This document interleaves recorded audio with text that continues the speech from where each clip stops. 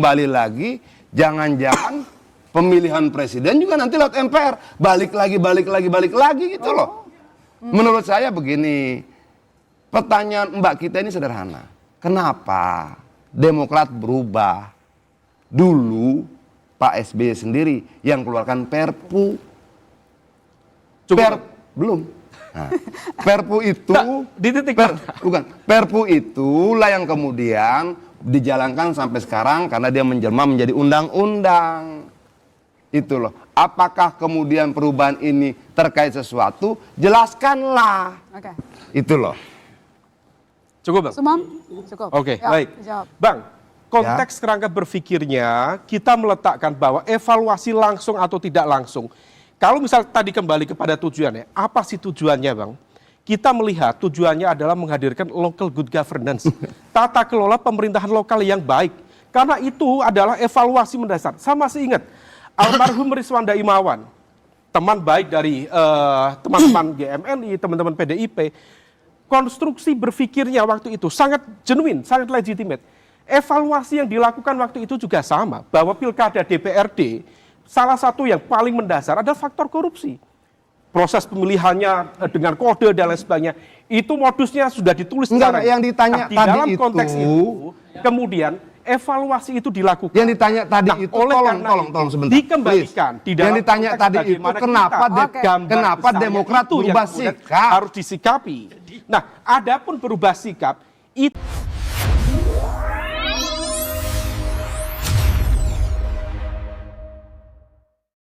Ini parah banget sih. Jadi Gerindra dukung usulan kepala daerah itu dipilih oleh DPRD, bukan oleh rakyat lagi. Alasan klasiknya sih karena efisiensi anggaran. Katanya sih anggarannya ini besar banget kalau dipilih langsung oleh rakyat. Sedangkan anggarannya ini bisa dipakai untuk mensejahterakan rakyat.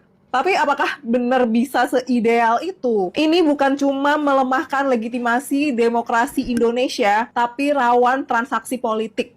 Yang ada, kalau kepala daerah dipilih oleh DPRD, ya jadi kepala daerah udah nggak deket lagi sama rakyat. Mereka nggak mau tuh ngapain capek-capek gue belusukan, gue menyapa masyarakat, ya mendingan gue langsung lobby-lobby aja sama anggota DPR dari partai politik.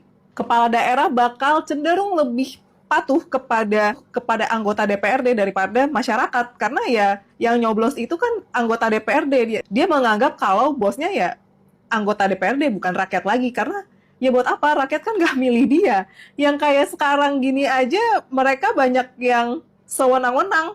Banyak kebijakan yang tidak memihak pada rakyat. Gimana kalau misalnya nanti dipilihnya oleh DPRD? Sebagai contoh aja, kita bayangin aja nih, kalau sistem ini diterapin, warga Jakarta nih, pilkada kemarin, yang menang pasti Ridwan Kamil, bukan Pramono Anung. Karena Ridwan Kamil didukung oleh sebagian besar partai politik di DPRD. Pramono Anung cuma yang dukung PDIP doang. Kalau misalnya sistem itu diberlakukan, yang menang Ridwan Kamil, fix.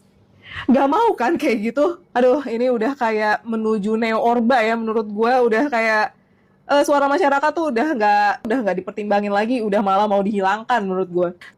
Kita harus berhenti mengusulkan perubahan regulasi dengan asal bunyi yang tidak menyelesaikan permasalahan sampai ke akar-akarnya. Jika para partai yang kini masuk ke dalam pemerintahan merasa bahwa problem terbesar dari Pilkada serentak 2024 adalah tingginya ongkos politik dan juga money politik, apakah dengan mengubah mekanismenya, apakah dengan membuat kepala daerah dipilih oleh DPRD, kita dapat mengurangi ongkos politik dan juga money politik? Jawabannya belum tentu. Boleh jadi, boleh saja, bisa saja money politik yang selama ini dirasakan oleh masyarakat, bentuk-bentuk penyuapan agar masyarakat memilih calon kepala daerah tertentu tersebut, kembali dirasakan lewat forum-forum terkecil yang jauh dari jamahan masyarakat di DPRD. Ini malah akan menimbulkan korupsi politik baru dan budaya buruk baru dalam pemilihan kepala daerah kita. Lagi pula, saya harus mengingatkan bahwa pemilihan kepala daerah tidak langsung, pemilihan kepala daerah yang dipilih oleh DPRD adalah bentuk pengkhianatan, pelanggaran terhadap konstitusi, bentuk pemberangusan kedaulatan rakyat, dan bentuk pengingkaran terhadap nilai-nilai demokrasi yang selama ini kita perjuangkan. Ingat, masyarakat bisa marah, masyarakat terus mengawasi, dan masyarakat bisa saja menolak dengan keras apabila konstitusi terus dipermainkan. Dan masyarakat adalah masyarakat yang peka ketika konstitusi dipermainkan.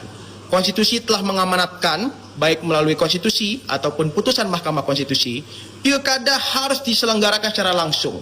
Kedaulatan rakyat dirasakan di tiap TPS melalui surat suara yang dipilih oleh masyarakat.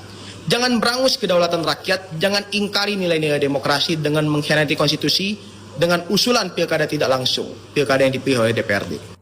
Lagi rame wacana pemilihan kepala daerah bakalan dihapus. Ya sebenarnya sih tetap ada yang milih, cuman bukan rakyat, melainkan DPRD. Siapa yang ngusulin? Yang inisiasi Golkar. Dan ya partai lain pun banyak yang setuju, terutama partai yang koalisi ya. Ya argumennya mereka itu adalah kalau milih kepala daerah lewat DPRD itu kan bisa menekan kos pemilu, lebih efisien buat budget negara. Kecuali PDIP nih ya, PDIP so far masih menolak keras. Ya biasalah kalau lagi jadi oposisi kan dia mode pahlawan dulu sekarang. Wacana ini tuh sevisi dengan omongannya Prabowo di Desember 2024 tuh. Ya Prabowo kan bilang demokrasi kita terlalu mahal ya. Om Wowo kalau soal ini emang konsisten, nggak berubah-berubah dia, nggak lupa, dia inget terus. Dan 10 tahun lalu pun koalisi merah putihnya Prabowo juga pernah bilang hal yang sama. Ya emang kalau kita mau berpikir pragmatis nih ya, memang kalau pemilunya itu nggak langsung lagi pasti lebih murah, nggak perlu bikin tenda, nggak perlu ada panitia, kan tinggal langsung tembak aja di DPRD kan, DPRD yang milih kelar barang. Ditambah lagi kemungkinan besar nih ya, setiap akhir jabatan incumbent kemungkinan besar tidak ada lagi penyelewengan dana daerah tuh, karena kebanyakannya nih kalau incumbent mau maju lagi tiba-tiba tuh di daerah tersebut bansosnya langsung ngucur deras ya, supaya incumbentnya menang lagi kan. Ya kalau pemilihannya nggak langsung, yang itu mungkin bakal hilang ya, tapi konsekuensinya pun nggak kalah buruk. Yang namanya bagi-bagi kue politik sudah pasti makin gila-gilaan. Ya sekarang enak, nggak perlu ngasih amplop ke ratusan ribu masyarakat, ya tinggal kasih amplop ke 50 orang anggota DPRD aja kan begitu. Dan ya keadaan politik di daerah pun bakal makin stagnan karena calon-calon yang potensial yang nggak mungkin bisa menang itu. Yang menang pasti yang diridoi oleh DPRD, which is partainya gitu kan. Ya lu kira DPRD itu bakal mikir sendiri? Ya pasti partainya kan. Dan yang terpilih pasti ujung-ujungnya dari koalisi mayoritas. Nggak bakal ada lagi tuh cerita seperti kemarin Pramono menang di Jakarta, itu kan bukan koalisi mayoritas. Oh nggak ada lagi ntar, ya rugi lah kita. Emangnya lu mau dipimpin RK? Gua mau ogah.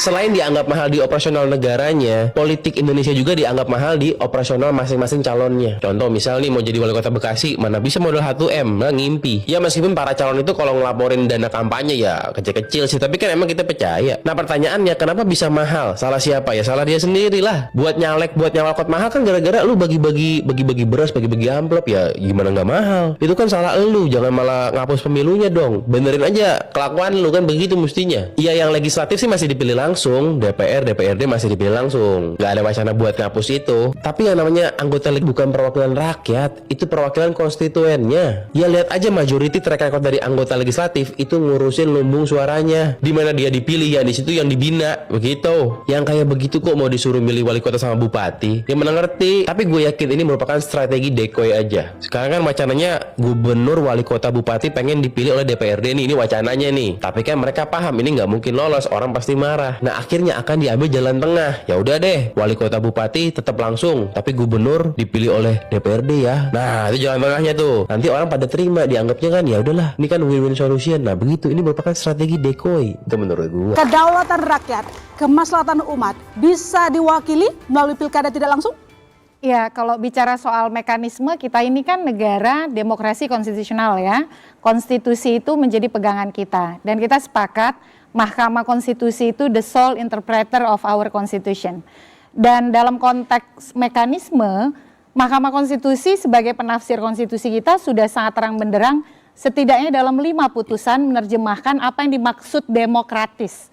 Demokratis itu adalah harus memenuhi asas langsung, umum, bebas, rahasia, jujur, dan adil sebagaimana dimaksud dalam pasal 22E ayat 1 Undang-Undang Dasar kita. Jadi kalau kita bersepakat dengan itu, maka sebenarnya tidak ada tafsir lagi soal dipilih DPRD atau dipilih rakyat. Karena konstitusi kita menghendaki dipilih oleh rakyat. Dan kita sudah punya banyak pelajaran. Upaya-upaya untuk mendistorsi konstitusi itu efeknya eskalatif. Ketidakpuasan massa, lalu kemudian protes massa, dan itu terjadi bukan hanya 1-2 kali ya. Tahun 2014 sampai Pak SBY meninggalkan legacy Perpu nomor 1 tahun 2014. Yang jadi Undang-Undang nomor 1 tahun 2015 kita pakai sampai hari ini. Lalu Agustus 2024, ketika putusan MK soal ambang batas pencalonan kepala daerah coba didistorsi oleh DPR, yang terjadi apa? Demo besar massa. Dan 2025 Agustus juga, ketika DPR mempertontonkan perilaku yang berjarak dengan apa yang menjadi aspirasi publik, juga demo besar. Apa kita mau bikin Agustus 2026 lagi? Nah, tentu kan tidak ya, itu yang pertama. Yang kedua, kalau kita bicara soal menata menyederhanakan, sebenarnya jalan keluarnya ada di pembentuk undang-undang. Menata dan menyederhanakannya itu sudah banyak proposalnya. Misalnya satu, aturlah dana kampanye yang transparan, akuntabel, dan kredibel. Semua mereka yang punya toolsnya kok. Yang kedua, efektifkan pengawasan. Jangan intervensi Bawaslu dan KPU-nya. Ini mau seleksi KPU Bawaslu, partai-partai ikut cawe-cawe gitu ya. Lalu hapuskan praktik mahar. Nah sekarang kita ingin mewujudkan pilkada murah melalui DPRD, tapi aktor intelektualnya menjadi pemutus dari persoalan-persoalan transaksional itu. Biaya terbesar yang diklaim itu bukan biaya kampanye. Buktinya apa? Laporan dana kampanye semua normal. Nih Pak Kiai ya, nggak ada itu biaya yang mahal di dalam laporan dana kampanye. Dicek saja laporan dana kampanye, semua normal, bahkan di bawah rata-rata. Di mana biaya mahal itu? Uangnya ke partai kok. Lewat apa? Mahar politik. Lalu kita ingin berikan kewenangan absolut memilih kepala daerah itu ke biang masalahnya. Jadi solusi apa yang mau ditawarkan? Jadi dalam konteks ini adalah penataan dan penyederhanaan yang dikehendaki itu adalah ingin merampas semua, ingin memotong semua mata rantai yang selama ini setidaknya masih jadi alat kontrol. Karena kenapa? Karena pada elit tidak bisa memastikan apa maunya dia, skenarionya dia, itu sepenuhnya yang terwujud. Karena suara rakyat itu tidak bisa dikendalikan sepenuhnya. Contohnya, 3 daerah bercalon tunggal di Pilkada 2024. Kalah kok sama kota kosong. Masyarakat tidak menghendaki, tapi kalau pilkadanya oleh DPRD 100% pasti menang nih. Ingin sungguh-sungguh, ingin serius menata, membenahi, menyederhanakan, instrumennya ada tanpa harus mengambil alih hak rakyat untuk memilih langsung yang itu sebenarnya juga tidak disukai oleh rakyat, yaitu pemilihan oleh DPRD. Oke, baik. Mas Umam, kalau kata Mbak Titi adalah merampas kontrol rakyat. Demokrat kenapa sih berbalik arah sekarang? Berbeda dengan sikap 2014? Konteksnya dalam setiap keputusan tentu memiliki konteks argumen yang beragam. Ini kalau misal tadi mendengarkan penjelasan dari Profesor Niam, saya pikir sudah clear. Tafsir itu selalu terbuka, tidak ada tafsir yang tunggal, Mbak ya. Bahkan dalam konteks putusan MK, kita juga tahu MK dalam satu titik menetapkan misalnya GR sekian kali itu terkait dengan presidential threshold, kemudian akhirnya dihilangkan. Artinya apa? Bahwa dalam konteks perubahan sikap, perubahan keputusan, itu satu hal yang wajar.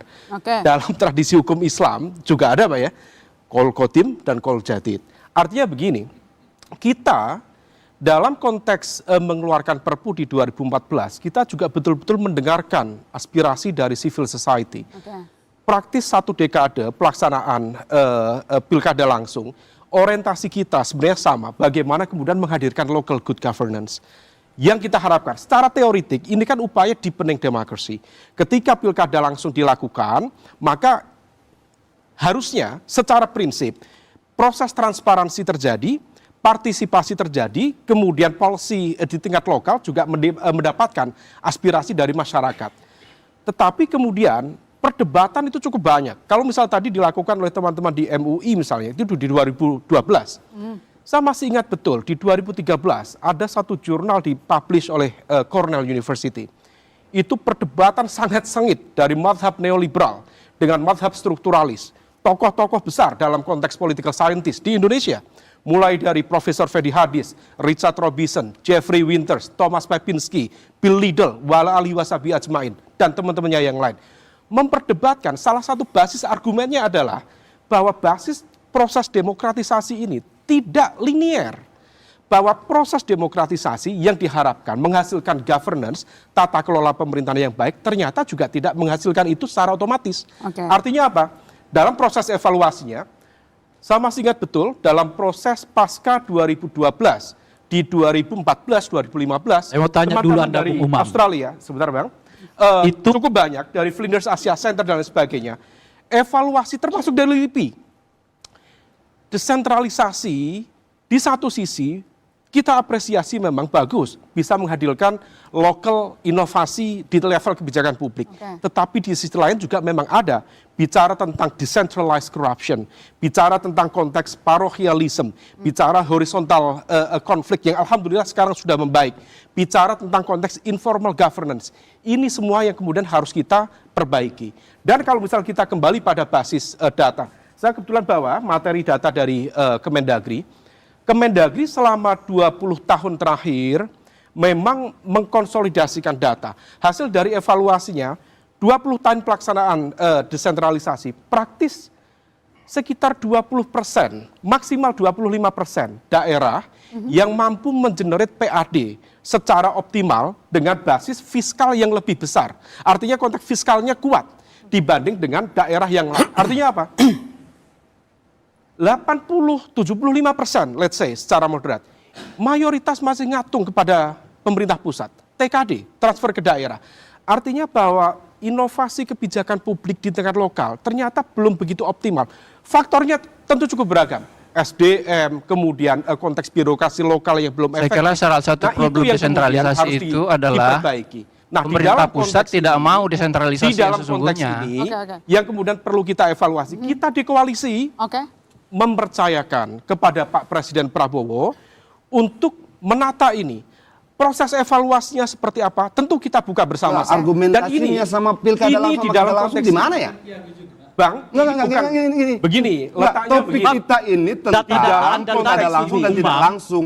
Hubungannya sama desentralisasi itu apa ya? Bang, ini gambar besar ya. Ini tentang konteks desentralisasi. Kalau itu berikanlah argumentasi. Konteks besar Bung Umam. Kalau itu konteks besar Bung Umam, bisa sama-sama. Presidennya juga harus dievaluasi. Sistem presidensialisme ini harus dievaluasi. Kalau argumentasinya seperti itu, kalau argumentasi seperti itu, kenapa saya melihat ada hidden agenda lain ya? Hidden agenda apa? Jangan-jangan kita mau sentralisme lagi. Kalau poinnya itu, kalau Partai Demokrat secara clear, kita tidak mengarah ke sana. Diskusi kita malam kalau Demokrat tidak setuju sentralisasi, itu berbicara. Mestinya mereka setuju pemilihan poinnya yang mana ini? Poinnya yang mana ini? Diskusi kita malam hari ini adalah sebentar, supaya clear. Mengeluarkan seluruh argumentasi terbaik kita terkait pilihan pilkada langsung atau tidak langsung. Kenapa melebar jadi desentralisasi dan sentralisasi? Bang, dari sebentar, please. Dari tadi abangku yang terhormat belum menyampaikan argumentasi sedikit pun terkait bagaimana sikap Partai Demokrat tentang pilkada yang berubah dari 2014 sampai sekarang. Yang abang jelaskan panjang lebar tadi tentang bagaimana kualitas republik, penggunaan anggaran setelah desentralisasi. Kalau kemudian itu yang abang bicarakan, kenapa saya menangkap jadi berbeda? Oke, Bang. Seolah-olah mau sentralisasi kembali. Cukup, Bang? Sebentar, belum. Nanti saya tentukan cukup atau tidak. Nah, setelah sentralisasi nanti kembali lagi, jangan-jangan pemilihan presiden juga nanti lewat MPR. Balik lagi gitu loh. Menurut saya begini, pertanyaan Mbak kita ini sederhana. Kenapa Demokrat berubah? Dulu Pak SBY sendiri yang keluarkan Perpu. Belum. Nah, Perpu itu Perpu itulah yang kemudian dijalankan sampai sekarang karena dia menjelma menjadi undang-undang. Itu loh. Apakah kemudian perubahan ini terkait sesuatu? Jelaskanlah. Itu loh. Cukup, Bang? Cukup. Oke, baik. Bang, konteks kerangka berpikirnya kita meletakkan bahwa evaluasi langsung atau tidak langsung. Kalau misal tadi kembali kepada tujuannya, apa sih tujuannya, Bang? Kita melihat tujuannya adalah menghadirkan local good governance, tata kelola pemerintahan lokal yang baik. Karena itu adalah evaluasi mendasar. Saya masih ingat, almarhum Rizwanda Imawan, teman baik dari teman-teman GMNI, teman-teman PDIP, konstruksi berpikirnya waktu itu sangat genuine, sangat legitimate. Evaluasi yang dilakukan waktu itu juga sama, bahwa pilkada DPRD, salah satu yang paling mendasar adalah faktor korupsi. Proses pemilihannya dengan kode dan lain sebagainya, itu modusnya sudah ditulis. Enggak, yang ditanya di tadi dalam konteks itu, kemudian evaluasi itu dilakukan. Yang ditanya tadi Nah, itu, oleh karena tolong itu, sebentar. dikembalikan Please. di dalam Yang ditanya konteks tadi itu bagaimana kenapa kita gambar kenapa besarnya Demokrat itu yang berubah kemudian sikap? harus disikapi. Nah, adapun berubah sikap itu hal yang biasa, Bang. Biasa dalam arti begini. Jadi biasa berubah-ubah. Ya enggak, biar jelas kan pertanyaannya. Saya sampaikan, di dalam konteks itu selalu ada perubahan, itu hal biasa. Di dalam ini ya, ada Pak Enggak, Yai, pertanyaan ada dari- qaul qadim, ada qaul jadid. Setiap qaul di dalam fatwa, di dalam keputusan pasti punya konteksnya. Pertanyaan dari Kita moderator memiliki kita argumen di tadi, situ. kenapa Maka, berubah sikap? di level ini, akuntabilitas kekuasaan saat ini dipegang oleh Pak Prabowo, kita percayakan, Bang, kepada Pak Prabowo untuk memimpin. Apakah kemudian, dan seingat, Bang, Pak Prabowo kalaupun kemudian, ini kan argumen besarnya, ingin DPRD, pilkada. Umam, saya mau Tetapi tanya nih. belum tentu loh, Bang. Saya Kita mau masih tanya ingat, nih. Bang, ada satu momentum di ujung 2024, Bang. Ketika Pak Prabowo meyakini PPN 12%, Ngeri. sangat keh. Tetapi ketika kemudian civil society bergerak, Iya. memberikan respon yang sangat objektif, Saya mau tanya objektif, sedikit, saya mau tanya ke Umam. Pak Saya mau Jayadi. tanya Pak sedikit. Jayadi, Memberikan kan ruang disampaikan yang Saya mau Pak tanya Jayadi. sedikit, Bung Umam. Boleh saya tanya sedikit? Artinya, Saya tanya sedikit saja. ada kebijaksanaan. Saya mau tanya. Pemimpin memahami konteks. Saya dari tadi nanya. Itu yang Nanya sedikit kepada Bung Umam. Pak Jayadi, Enggak, Re, ada sudah jelas faktor sebenarnya disampaikan Kenapa? tadi. Bisa Oke, jadi Kalau alasan ada gerakan untuk pilkada. besar, Sebentar. bisa Ya, berubah. silakan. Oke, baik. Pak Kenapa Jayadi, korupsi? silakan. Korupsi itu kan soal tata kelola. Ya. Ya, betul. Kenapa disalahkan ke sistem pemilihannya? Betul. Kenapa ada money politik? Money politik, biaya pengamanan, biaya apa lagi? Mahar. Penadian, mahar segala macam. Itu kan semua terlarang menurut undang-undang. Betul. Terlarang itu.